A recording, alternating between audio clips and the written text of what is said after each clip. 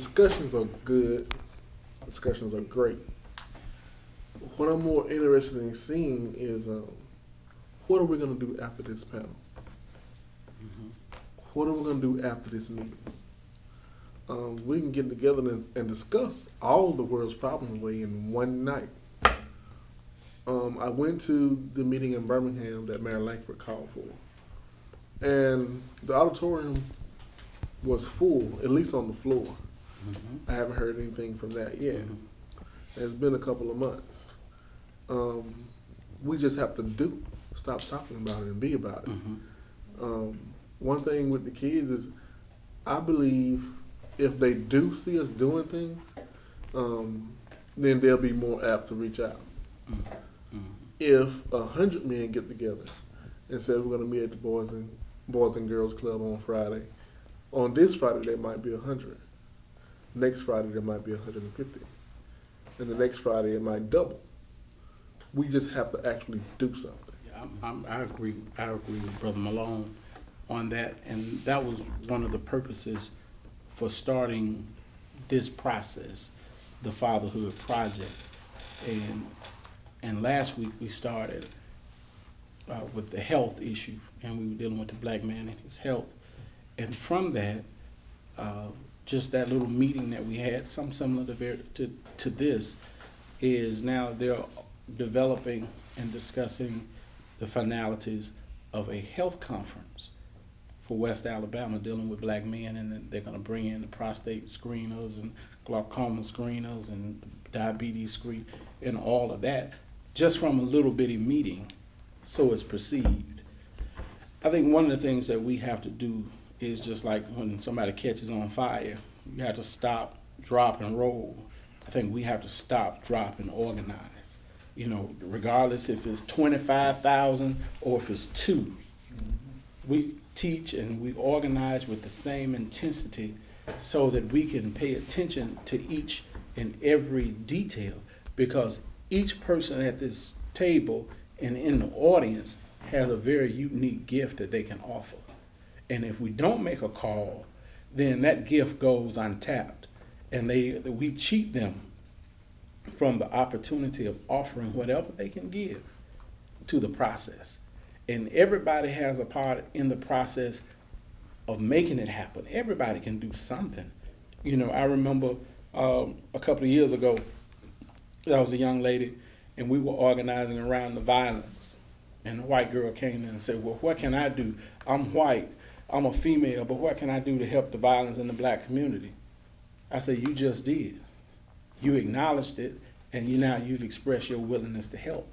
So regardless to where you are in your station in life, you can still help. First of all, brother, I was one of the ones that was incarcerated for 2 years, and I was at Draper Correctional Facility, and I remember writing my wife telling me it was Draper Corruption Center, because down there you have some officers that will allow inmates to shoot dice. They gamble for like bags of chips, cigarettes, etc. But also they had the chain gang. I remember when I went down there, Favre James came in, the conservative Republican, and one thing he did, he cut the cable. He tried to take the weights. He took the free meal. He brought back the chain gang. And they used to hit rocks. I don't know if they do it now. But when I was there, I used to pass by them hitting rocks. And what happened was, when I came in, we went out in the field and had to, sling blade and et cetera. But when about like almost a year later, that's when they brought back the chain gang. They had you chain and they had you hitting bricks and rocks. So they did do that.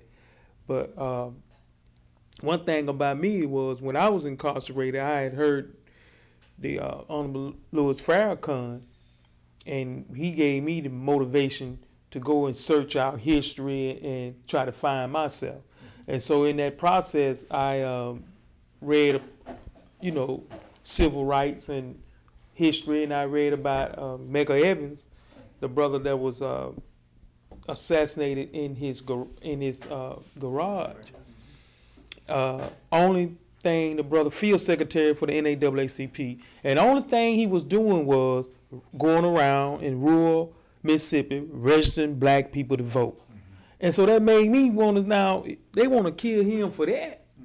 So that made me want to get registered, and I did. I'm a registered voter now. I've been voting ever since. All right. But my question is, public enemy. Our young people are very, when I talk to them, they very hostile and upset and mad. I'm thinking, well, why they, I can't understand why they so angry and upset. I remember it was 6 of us, and my parents struggled. We didn't have the we had pro kids and things of that nature. We struggled. My parents really struggled. I was more like a victim of my society. I was growing up hanging around people that were doing a lot of things, and that's what led me down there to the penitentiary. But my thing is that what I want to ask the brothers is why are young people so angry when they got everything? They got the PlayStation 2, they got the handheld. You go over some of them houses, they got $100 shoes and whatever. And so, I mean, what make them be so hostile now? And I remember Public Enemy saying, they asked the question, somebody asked the question, said, why are you all hostile? And I think it was Flavor Flav said, because my people are being persecuted, So why have y'all just asked young brothers why, or, we're so hostile today?